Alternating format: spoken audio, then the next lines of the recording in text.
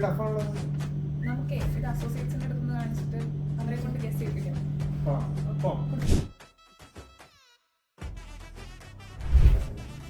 ഇത് പത്തിരി, ഇഡ്ഡലി,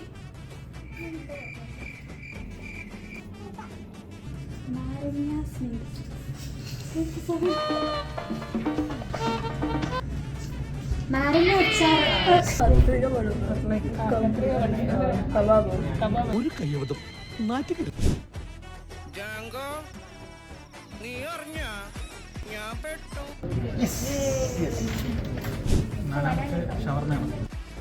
എന്ത്